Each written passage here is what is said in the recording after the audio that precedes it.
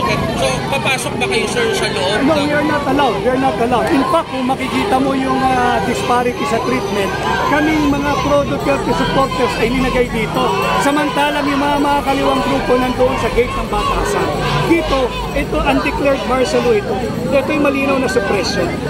Sir, paano yun eh? Siyempre, ikaw ay dating kasama ng Pangulong Marcos. Ito ba'y talagang... I will always side with the Filipino people. My loyalty is not with a single politician, but with the Filipino people. At kapag hindi na sinusunod yung pag-usapan yung covenant with the Filipino people, at iba na ang ginagawa, tatalima ako sa aking sumpa. Ito na mga kababayan, nagtatakbuhan na. Ito na, ang dami na nila. Ito na mga kababayan, no? Yan na.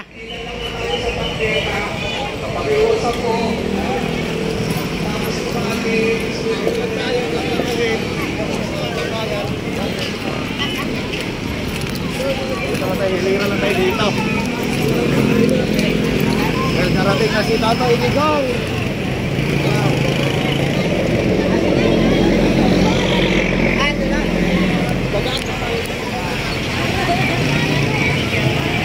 Darating na daw si PRRT mga kababayan, ha?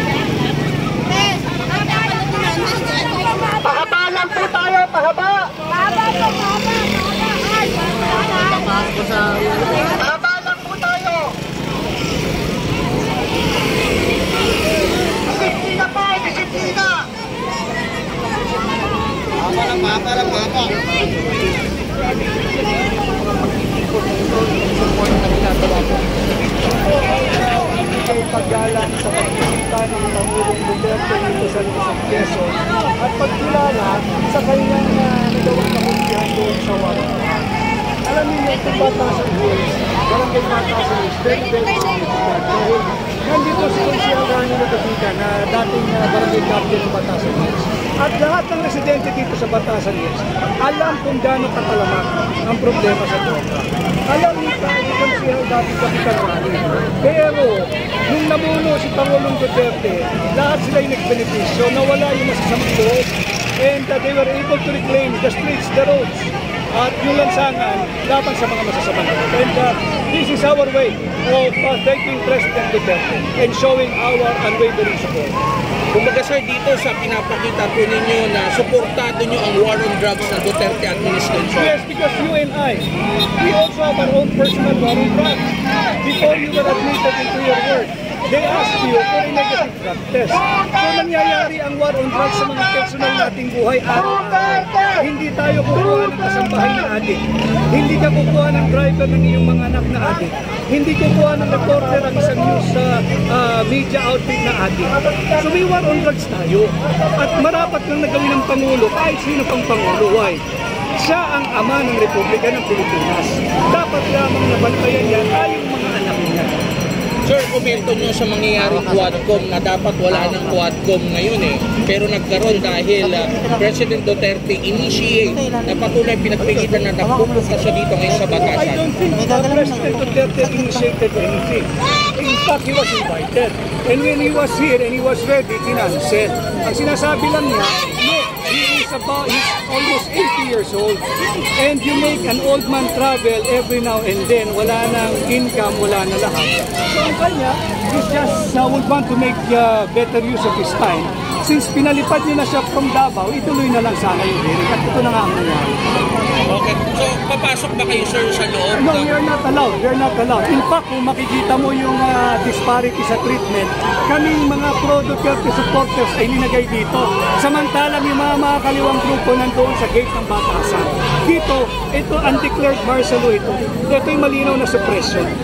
Sir, paano yun eh? Siyempre, ikaw ay dating kasama ng Pangulong Marcos. Kaya ito ba'y talagang... I will always side with the Filipino people. My loyalty is not with a single politician, but with the Filipino people. At kapag hindi na sinusunod yun ang pag-usapan yung covenant with the Filipino people, at iba na ang ginagawa, tatalima ako sa aking sumpa na aking pagsisitihan. Walang iba kundi ang mamamayang Pilipino. Sir, thank you very much. Thank you.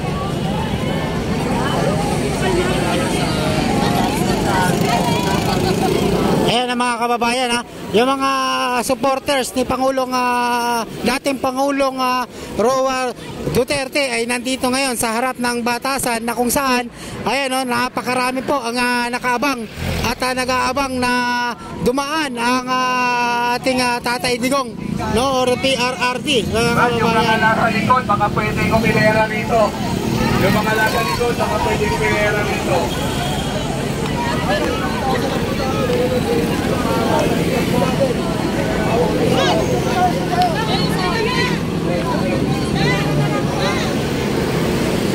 Yan, ganyan kahaba yan mga kababayan, ha. Ayan, oh. Hanggang doon sa may tulay.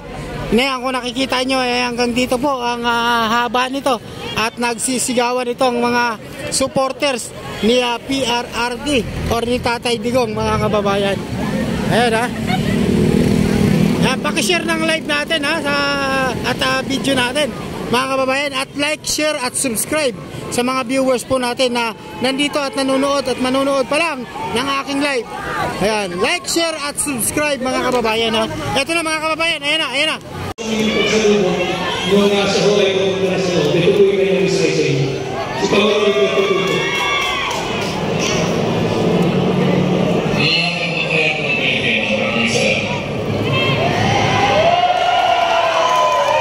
Ito, nakita ko, panahon ko na kailangan niya makita na ang sinugalan niya ay talagang nagmamahal at marunong makalit.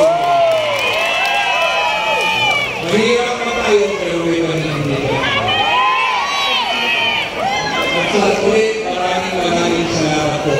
Dahil ang pagbabago po ang sisimula sa akin. At nakita natin kung paano po kayo mag-disiplinado. Salamat po, ulit po, maraming salamat. At mabuhay po kayo. Marami po, yung nakita ko ngayon, mabubukas po sa ibang grupo ito na magbibigay kapakanan, magbibigay ng pagkakataon na maraming walang pag-ibig na maraming walang bibig ng pera. Hindi tayo bayaran. Hindi tayo bayaran. Hindi tayo bayaran. Hindi tayo bayaran. Hindi tayo bayaran. Hindi tayo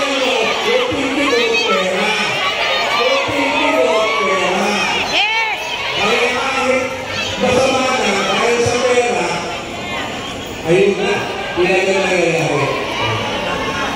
Muli po, maraming